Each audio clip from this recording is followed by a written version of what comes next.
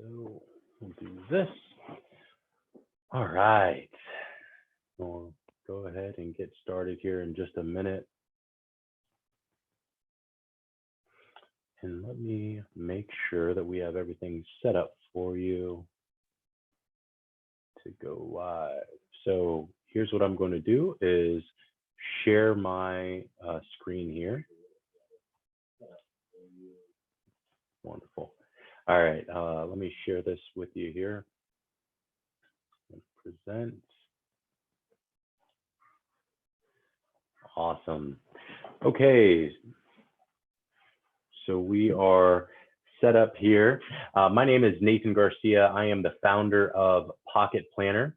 Pocket Planner is a software that helps you as a financial professional to build trust with your audience by using technology. What you get with Pocket Planner is the ability to use an app on the desktop and on your mobile device, and you can use that with new clients or leads.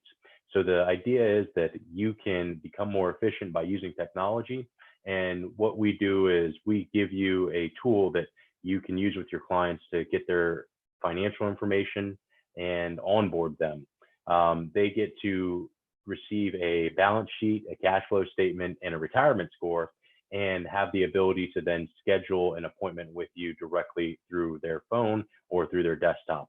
So no longer do you have to worry about sending emails to schedule or sending fact finders in the mail. Now all you do is just give your clients a pocket plan, and they have the ability to just go in and connect with you and get value up front.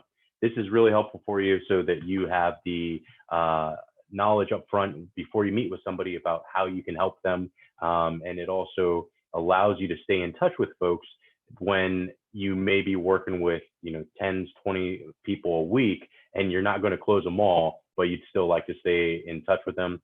This can be really helpful. If I can share a quick story with you, this week I actually got 2 referrals. One of them I've been following up with for over a year. And finally today, I don't know what it was, but she just booked an appointment with me. She said, I know you probably gave up hope, but I'm ready to meet with you. And so we have a phone call tomorrow afternoon just to get started. So really important to stay in touch with people. And as we all know, with the election coming up, there's more uncertainty. There's more reason for people to review their finances, and they need help from folks like you. So in this session, we're going to begin talking about ad strategy. Now, why would somebody who has a technology company be talking about advertisement? Well, as a business owner, my job is to grow my company, and that happens by bringing in new clients. So just like you, I have to worry about bringing in enough clients to cover my overhead expenses and to cover my salary, and to hopefully have enough money left over to pay out investors and pay dividends.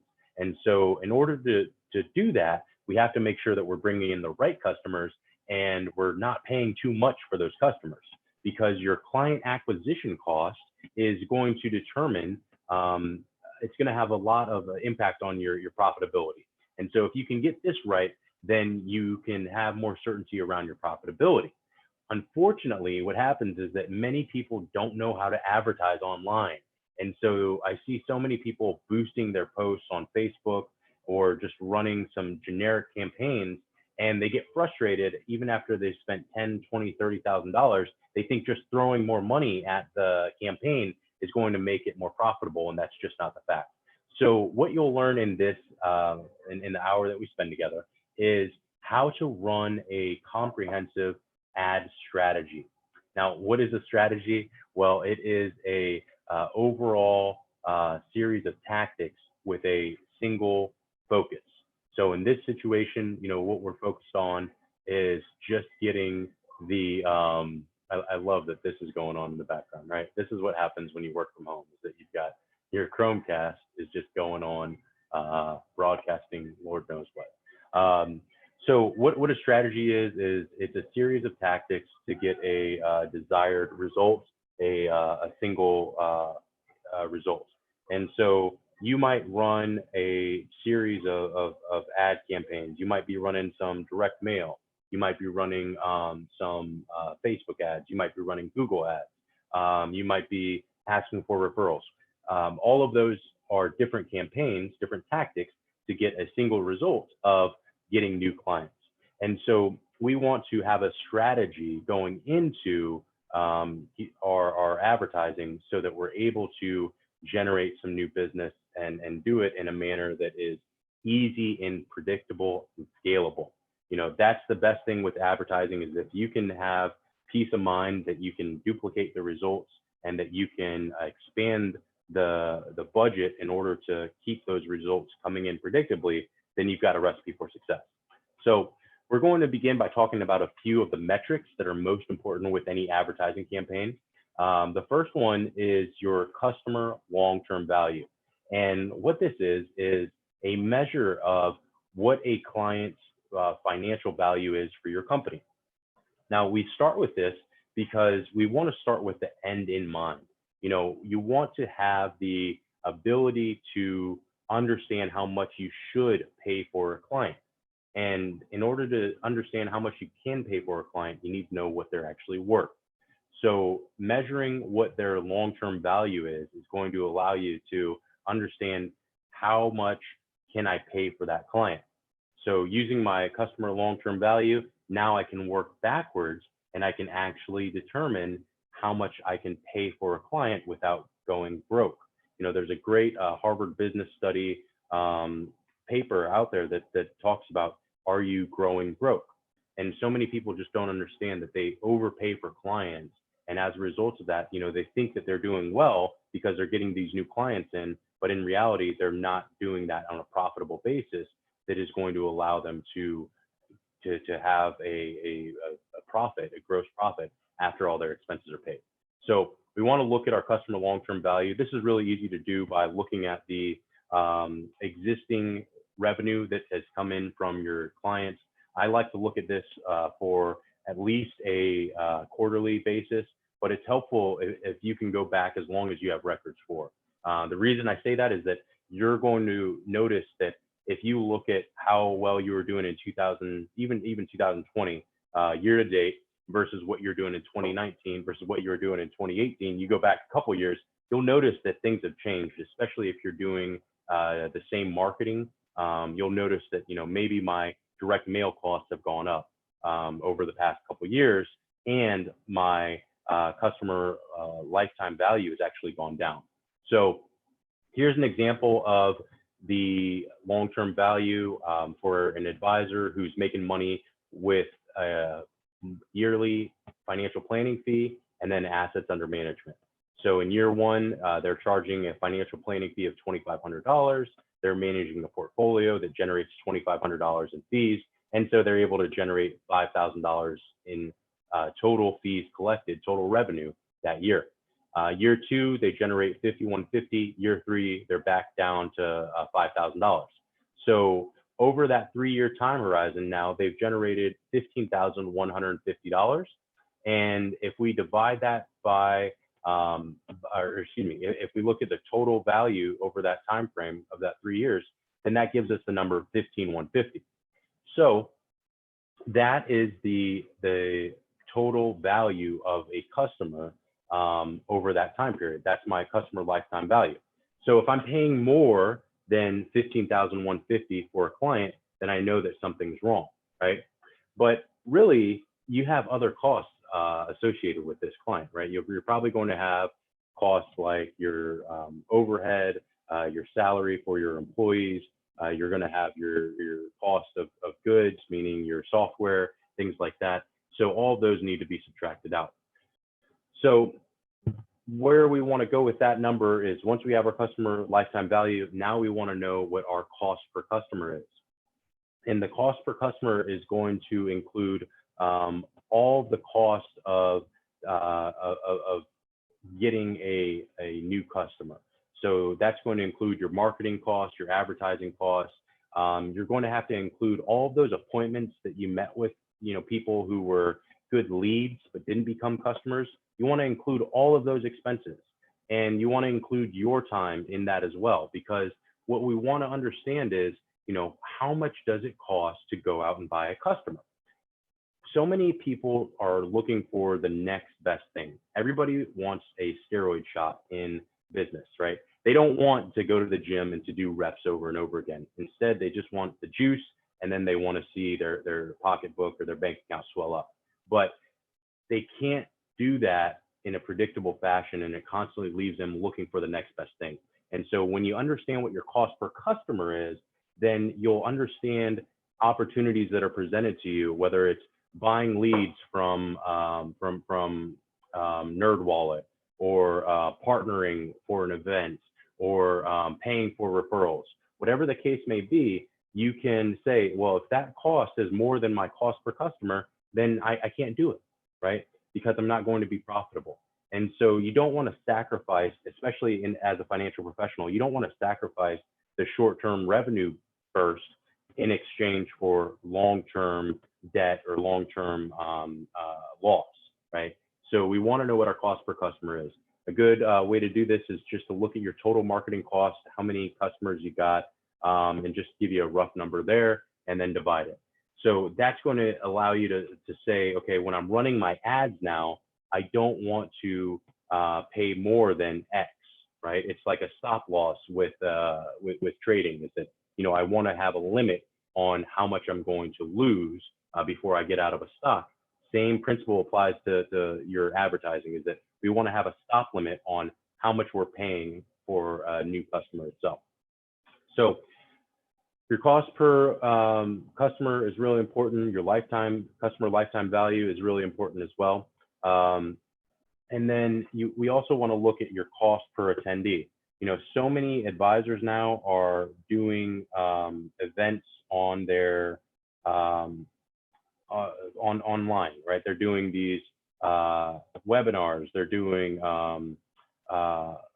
free seminars. They're doing lives, whatever the case may be. And so what you want to do is you want to understand how many people do you have to have registered before you get somebody to actually attend, right? You don't go after the vanity metrics of registrations. Instead, focus on how many people you have to have register in order to attend an event. Because when you figure this out, you're going to understand the quality of those people who are registering. I see so many advisors who say, oh, I got $10 leads on Facebook. I'm killing it on Facebook. I'm getting, $12 leads on Facebook. And I'm like, okay, well, what are those turning out to be, right? How much are they actually generating? They don't know. They're not measuring the right, they're not paying attention to the right metrics. So when we look at the cost per attendee, what we're looking at is, how many people does it take to register for an event? How many of those registrations will actually show up to an event? And do you want a ninja metric to look at? Well, if you're looking at this, one thing that you want to look at is your cost per completion. So you want to look at how many people does it actually take to register before somebody watches till the end, who watches to the end of your presentation. You see, you want to get enough people into your event where somebody actually sees your offer, right? Ultimately, we want them to buy, but we need them to see the offer first before we know if we're successful. So if you can figure out, if you can measure out how many people are registering, how many are seeing your offer, how many are buying, then you're going to be a lot more successful, and you can adjust your presentation to know, if somebody's fallen off and where. So here's an example of looking at the different sources and then getting an average here, and then taking that average and then dividing it by the total number of attendees. So the reason this is important is, again, we want to have a unified measure to make sure that we are grading our performance in a way that makes sense, right? We want to make sure that we're being efficient with our time and with our money. And so looking at our cost per attendee is really going to help out, and it's going to help you identify, what is the value of that audience, or, did that lookalike audience really work out for me, or, was it beneficial, or was it just superficial? So Let me know if you're getting a little bit of value from this so far. Okay, well, great. So let's look at the cost per lead. We talked about getting people to register for your event. This is a very common metric that you're probably already tracking in your marketing, but your cost per lead is, how much do you spend based on the number of registrations? So what's your total ad spend divided by the number of leads that you get? Pretty straightforward. I don't need to tell you that one. But looking at those metrics is going to allow you to start to plan your ad spend, plan your ad budget in a strategic fashion. Now, with your customer lifetime value, your customer acquisition costs, your cost per lead, those are all metrics that you can incorporate into your ad budget. So now with those metrics defined, you're going to have the ability to know if a campaign is doing well or if it needs to be turned off. You don't necessarily have to look at the number of registrations that you're getting. Instead, what you can do is you can look at those benchmarks and say, hey, I've been advertising for 6 years now. I know through direct mail, my cost per lead is $700. And I know that it takes 3 leads before I close a client. So my cost per client is $2,100. And I know that on average, a client is worth $5,000 a year, and they stay with me for 3 years. So my lifetime customer value is $15,000, right? So now you are better positioned to run your ads. And this is so important because you want to be able to stick with the tough times. It's just like in investing, where when you have down markets, you don't want to just get out of the market. So many people will cut the ad budget short or cut the campaign short before they get enough information to determine if it's successful. The other reason that you need to have these metrics up front is because these should be used for defining your ad budget, okay? I see so many people say, well, I just want to spend $100 a week and then we'll see where it goes from there. And $100 isn't anything, right? If you're spending, if you know from running direct mail that it's going to cost you $700 to get a seminar attendee, what makes you think that on Facebook you're going to get somebody who is of the same quality for $100? It's a joke, right? It's just a complete joke. And so you're setting yourself up for disappointment. And so instead, what you want to do is you want to be able to say, okay, direct mail, it costs me $700 per lead. So I'm willing to pay up to $700 per lead. You can then take that information and put it into Facebook and put it into Google and tell Google, I'm willing to pay this much for these people. And what they will do using their AI is they will find people who match your request, right? They will go out and they'll show ads and they'll help you hit those metrics. So make sure that you know your customer lifetime value, your client acquisition costs, your cost per lead, your cost per attendee. Those are all really, really important metrics for you to look at. So now that we've covered the metrics and we have a framework for our ad strategy, let's talk about who we're going to advertise to. These will be our recipients, and these are people who are going to be good candidates, good prospects for you. And they can come from often a lot of existing sources that you already have. I see so many advisors who pay thousands of dollars for their lists, and they don't use those lists over and over again. Instead, what they do is they go out and buy new lists every time, and they're just letting all those leads, all those prospects go to the wayside. So instead, what you want to do is look through your CRM, look through Redtail, look through Salesforce, whatever you're using, and we want to look at people who have registered but didn't become clients, right? If you don't already have your CRM set up for this, you definitely want to do it. But it doesn't matter if you're using HubSpot, whatever the case may be. Let's find your old leads. You want to export those to CSV, and I'm going to show you a nice tool, nice strategy here, or nice tactic rather, here that you can use and import those into Facebook. So any old leads from your CRM. Next, any leads that may be coming from your newsletter, from your website. These are people who have reached out to you. They haven't become clients yet. You want to take these and you want to export them. Same thing with your actual customers. Your customers are actually the best list that you could input into Facebook, because you can create something called a lookalike audience that is going to share, that information with Facebook and say, I want people who are within 1% similarity of these people. It's a really powerful tactic. Next, you want to use your pixel, or you want to use a cold audience. Like your cold audience is, you're going out to Facebook and you're saying, hey, show my ad to these people. I want to show my ad to people who are 50 years or older with a net worth of over $250,000 in the Washington, D.C. area, right? So that's like if you're just starting from scratch, that's how you would go. But if you've been marketing for a while, you want to use the resources that you already have, because those are already proven, and they're going to be a little bit more predictable. So what you can do is you can go into your business manager. What you do is go to business.facebook.com.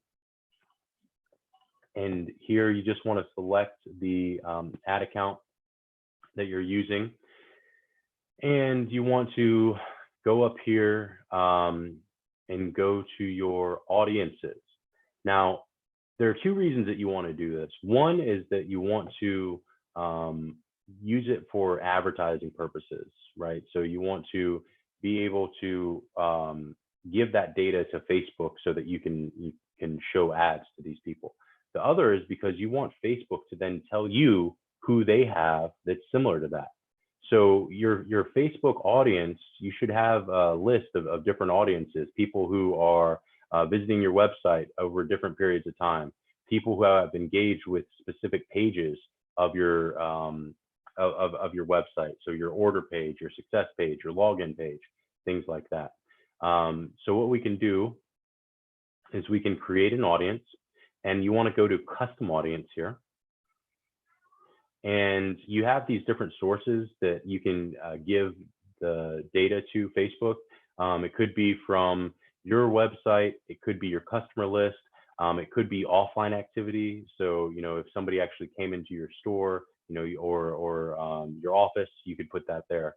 Or you can choose these different assets on Facebook. So, if somebody has engaged with one of your videos, if you've run a lead form or events, or somebody has engaged with your Facebook page, those are all resources that Facebook can aggregate data and then create a list for. But what you want to do here is you want to click on your customer list, and here what you want to do is to upload that list as a CSV file, and you want to have at least their email, their phone number, and their name listed. But you can also put some other information like their address and like their age, their gender, their date of birth. Those are all helpful as well. Now, the one caveat with this is that these do have to be people who have given you their information. You can't just like get a cold list that you might have, or a list that you've gotten from somebody else and upload it. Facebook is protective of this information, to some degree, and so they won't allow you to necessarily just upload list on list in order to put that information into their system. The other thing is that they are not going to identify certain email addresses unless that's the email address that somebody has registered their Facebook account with. So you might find that some people aren't accepted into Facebook, even though that they have good information. And that's because Facebook doesn't recognize that information. So you might start with a big list, and you may find that that gets whittled down pretty quickly. Regardless of the fact, it's really good to then go ahead and upload that list. And that is usually ready in Facebook within about 30 minutes. It could take an hour depending on how big the list is. But then what you can do is you can take that list and you can name it, and you can create something called a lookalike. So you just go over here, you hit create a lookalike, and you can choose the suggestions here for for where do you want these people to come from. So,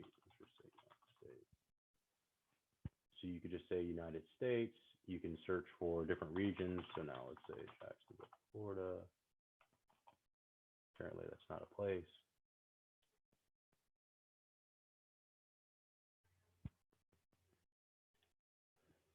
You can just leave it broad, and then you can say, okay, we want within a 1% similarity of this audience. So here, we have a list of about 2.4 million people. If we extend this out, we say we want about a 95% match. Facebook has about 12 million people who look like that. The closer the number is, the more similar those people are on your to your list. So here, my source is people who have visited my website over the past 14 days, who are in the U.S. and who are within a 1% similarity of people who have visited my website. And all I do is I hit create audience.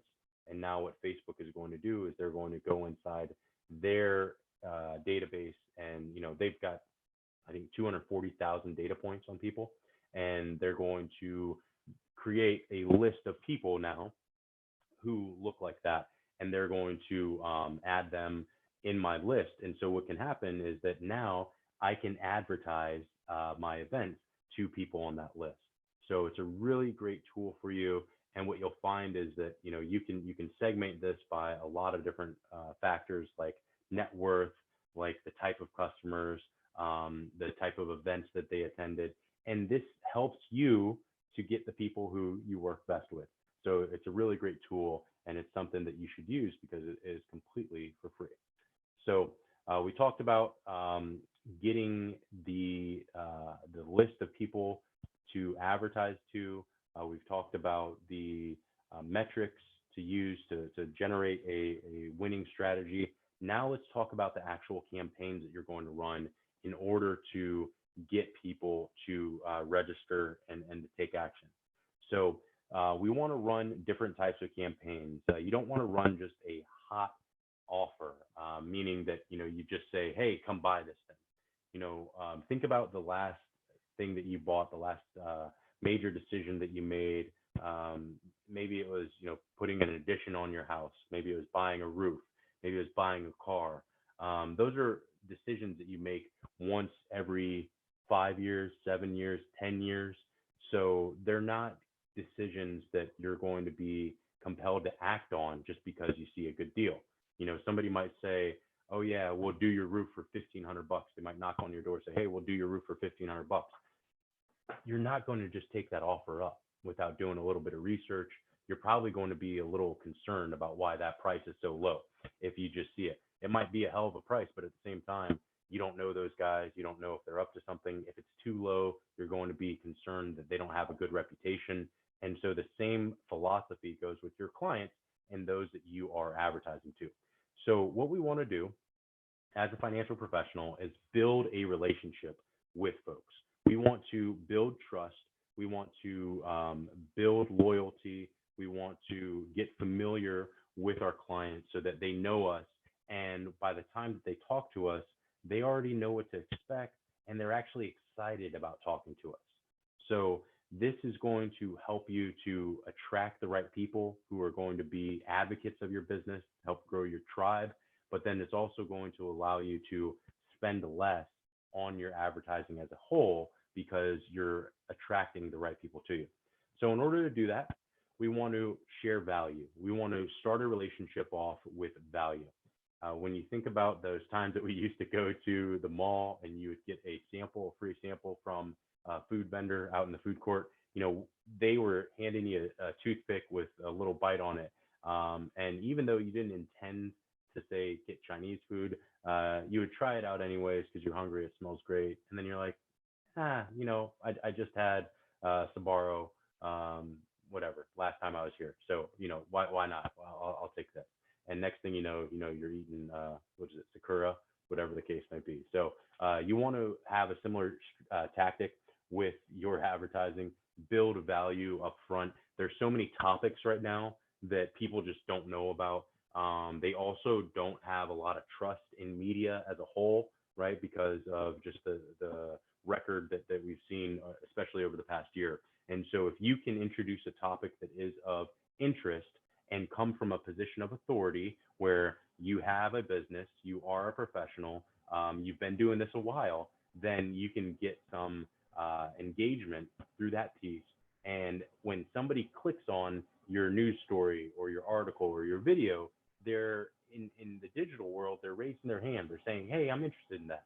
And that allows you to measure their engagement and then to retarget them in the future with other offers.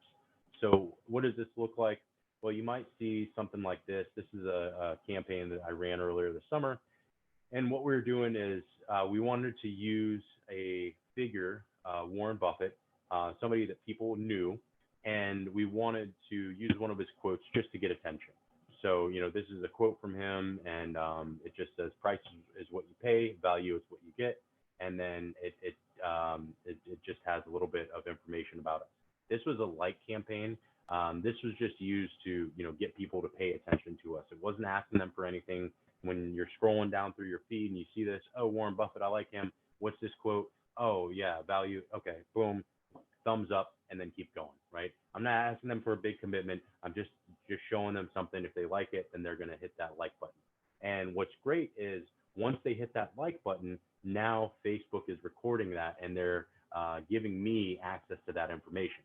So now what I can do is I can start to build a list of people who have clicked that button. And so what I did was then I showed them my next campaign. So my next campaign was to build interest, right? So you've told me that that this is something that you are going to pay attention to. Now let me see if you have interest in this, right? You really want to weed out people. You want to have a filter to get the people who are not good fit for you out as soon as possible. And that will just leave you with the cream of the crop. So in order to do that, we want to make a soft offer in exchange for some value. So, you want to give people something that they're really going to value, that they're going to be interested in. And so when you think about some tactics that work very well, this is embarrassing to say this, but I'll say it anyways. Is the drawings that they have, the giveaways. Car dealers are really good at this. Is the big scratch off tickets that they send in the mail.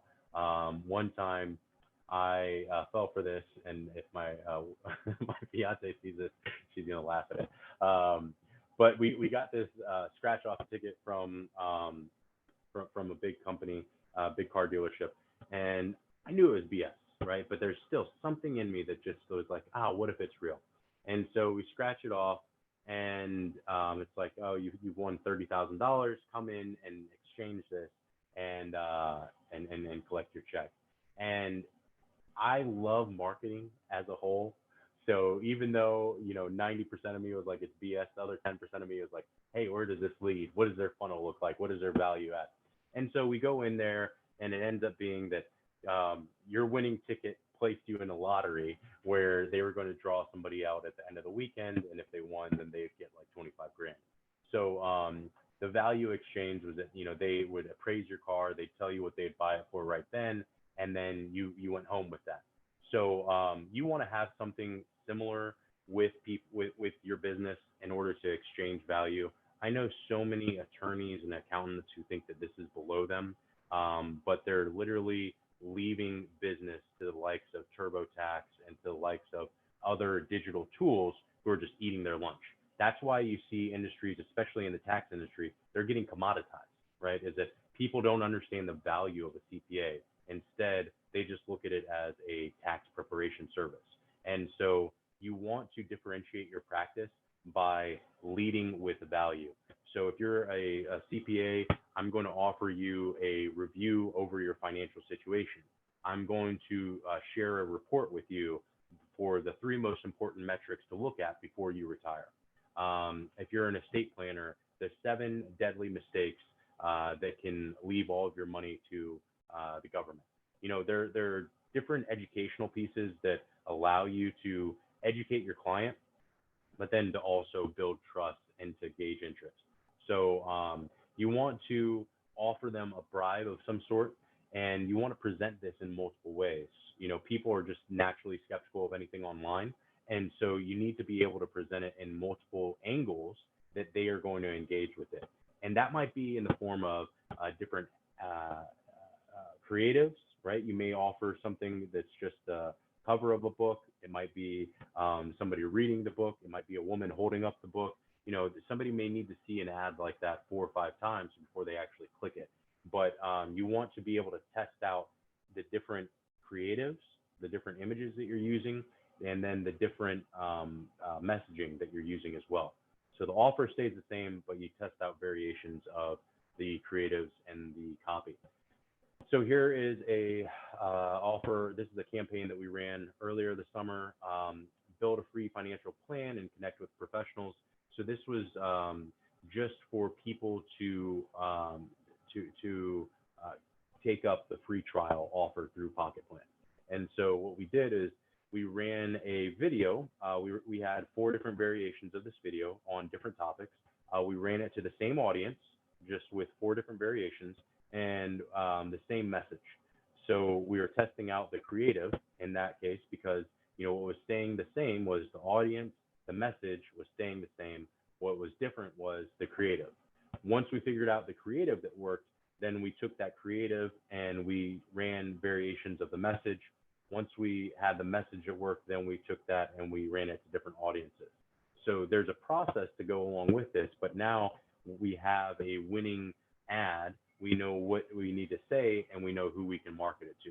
So it's very effective. It is an investment into your business because what you can do is build an asset that you can use over and over again to scale. So I'd highly recommend you have a different campaign in order to generate interest. Now, if somebody is interested, that doesn't mean that they're ready to buy today, right? Just because you are aware of the issue with your roof, and yeah, I am interested in doing it, but I don't really have a desire to do it right now. I've just got too much going on. You as a salesperson, you as the service provider, you want to create that desire. And so this can come from a lot of different factors. Price is an okay one. It doesn't move people, I'll be honest with you, on finance. Really, I've been doing this for 13 years now. What moves people is the pain that they feel, right? If they know that the tax law is changing, they're going to make an adjustment. If they saw their portfolio get burnt up in February and March, and then it's bounced back, and they're like nervous around the election, they've got motivation now to make some adjustments to their portfolio. If they just got divorced, they have the desire now to adjust their finances. So you want to find out what is the trigger in order to motivate change. But you can create some desire through scarcity. This often comes through, a limited time offer or exclusivity. Adding bonuses can be a great way to get people to take action. And then you also want them to qualify. So this is for a seminar that we ran earlier. And we just talked about, the ability to register. The scarcity was the limited number of seats available. So final thing is that we want to create action. We want people to take action. So this is going to come from folks who already know, like, and trust you, people who are familiar with your brand, who understand what you're offering, and then they understand what's in it for them. Very, very important for people to understand what they get from it, and for you to be transparent upfront about what you bring to the table. People are highly skeptical of anything online. They're even more skeptical of people who are helping them with money online. So if you can show them your license, you can show them your certifications, show them a picture of your office, things like that. It could be as simple as you just walking around your office with a camera and saying, "Hey, meet my secretary, Jen here. Jen's the one that you're going to see when you book your appointment." Things like that go a long way and will help you out. So finally, if you want help with any of this stuff, what I can do is I can set you up with Pocket Plan. Pocket Plan is a great tool to use with any of these campaigns because you can build value, build trust, and allow people to ascend on their terms to work with you. And so the best way to get in touch with me is to use this information here. If you want to learn more about my company, then visit pocketplan.io.